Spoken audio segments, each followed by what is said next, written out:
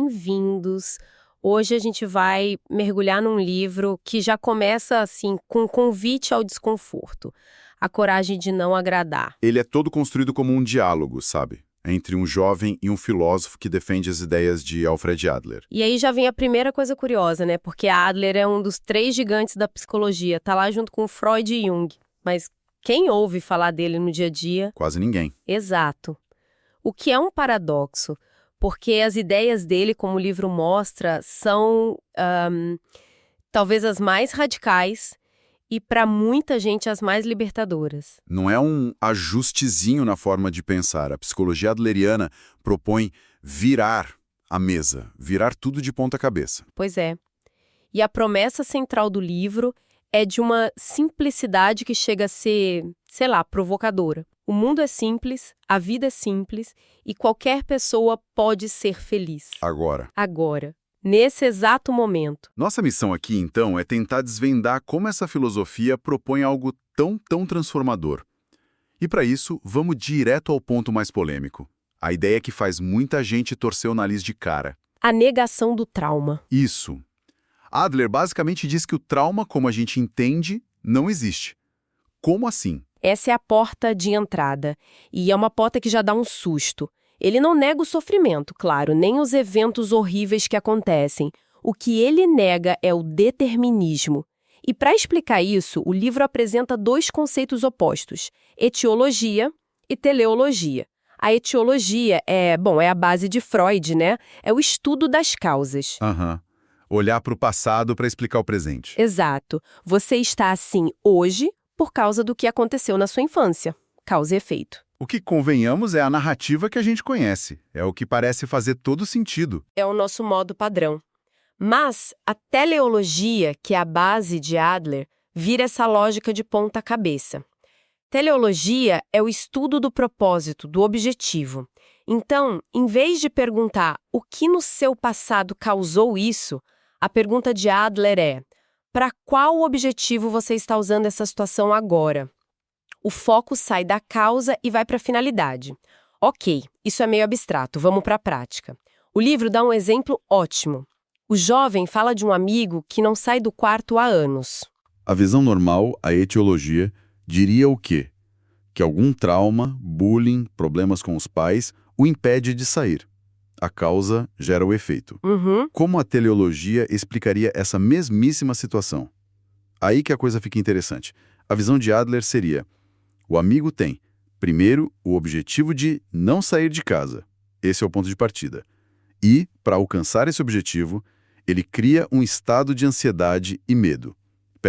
Ele cria? Ele cria. A ansiedade não é a causa que o prende em casa. Ela é a ferramenta que ele usa para justificar a decisão de não sair. Ele precisa de uma razão para ele e para os outros. E a ansiedade, ela serve perfeitamente para isso. Espera um pouco. Isso soa quase como uma acusação, sabe? Parece que a gente está dizendo que o amigo está mentindo, que a ansiedade dele não é de verdade. Mas não é isso que o livro diz, né? Não, de jeito nenhum. E essa é a parte sutil e genial da ideia.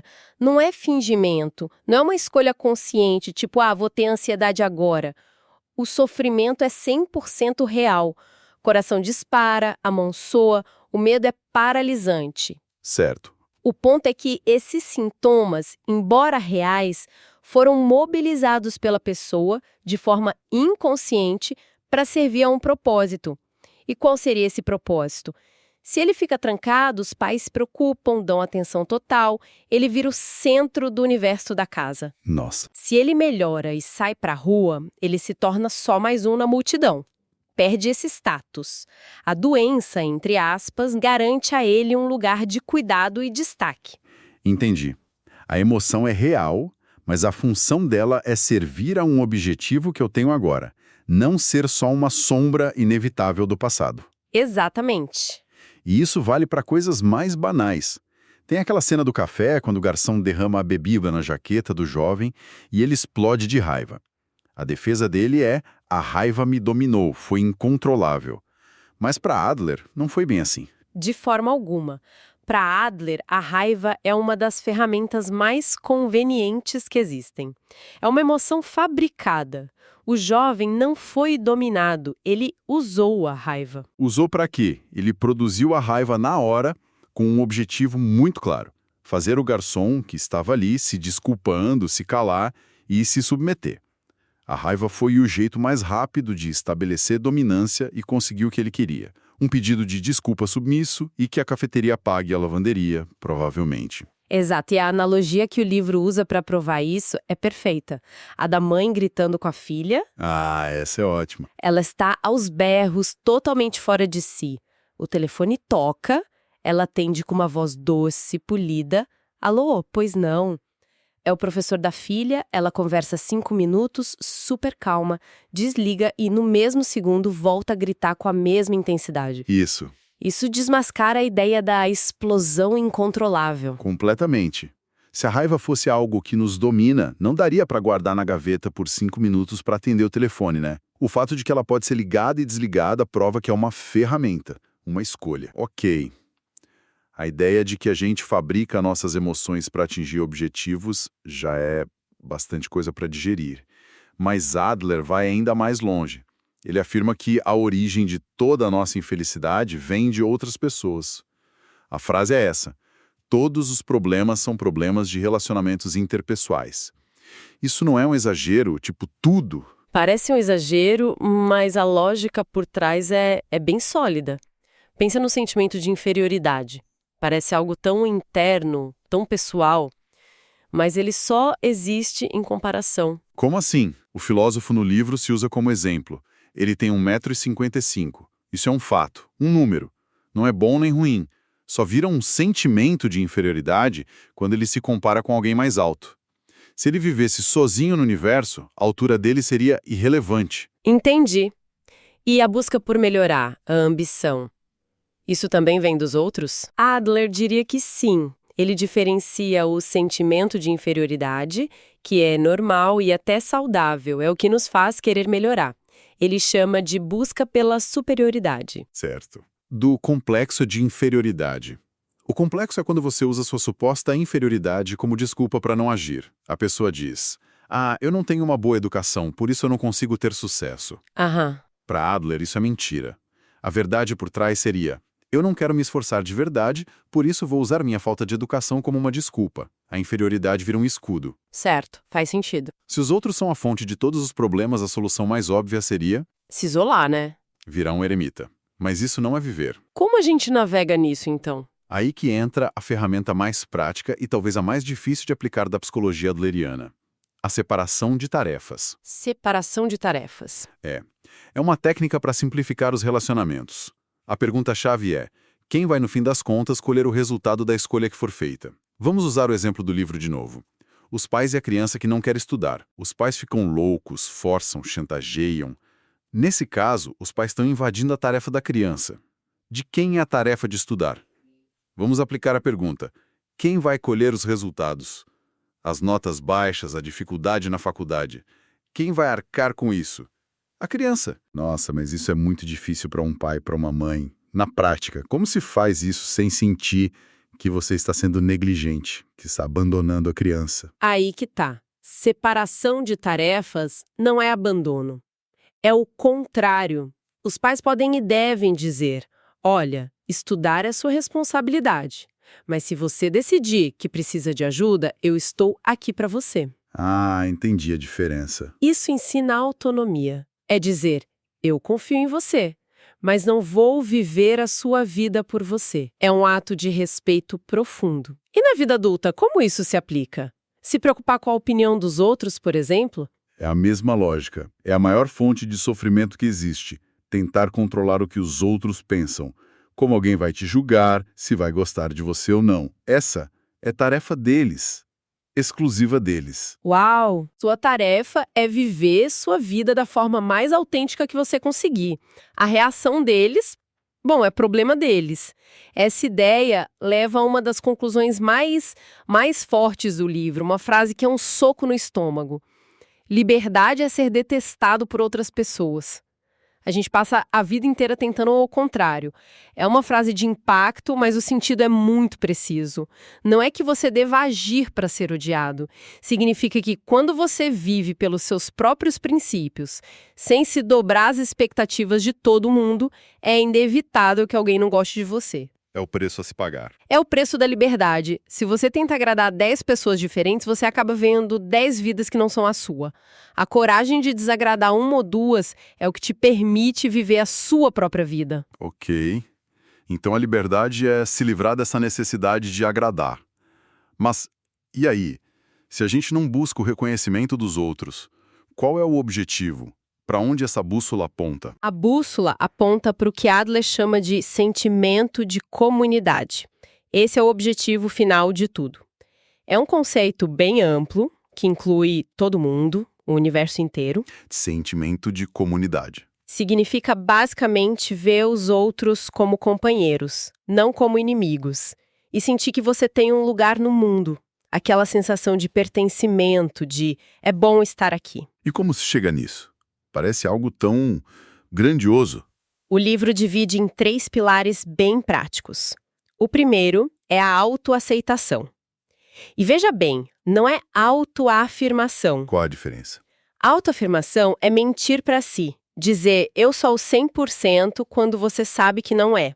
Autoaceitação é acolher o seu eu de 60%, como ele é agora, com as falhas, e focar a energia no que dá para mudar. Aceitar os 60%, isso não é um convite para mediocridade. Pelo contrário, é um ato de coragem que libera a sua energia. Em vez de ficar paralisada sonhando com um eu ideal, você começa a trabalhar com o que você tem. É um ponto de partida honesto. O segundo pilar é a confiança nos outros. Confiar. Incondicionalmente. No mundo de hoje, isso parece receita para se dar mal. Adler diria que essa confiança é uma decisão. Não é baseada em provas. Você decide confiar para poder construir relações de verdade. Se você parte da dúvida, nunca vai ter nada além de relações superficiais. E se a pessoa trair essa confiança? Aí a separação de tarefas volta. A sua tarefa é decidir confiar. Se a outra pessoa vai trair essa confiança ou não, essa é a tarefa dela. Você não controla isso. Entendi. Autoaceitação, confiança nos outros. E o terceiro pilar, que amarra tudo, pro coletivo. Perfeito. Quando você sente que eu sou útil para alguém, você finalmente encontra seu lugar no mundo. Então, a definição de felicidade para Adler é essa. Não é ter sucesso, ser amado, nada disso, não.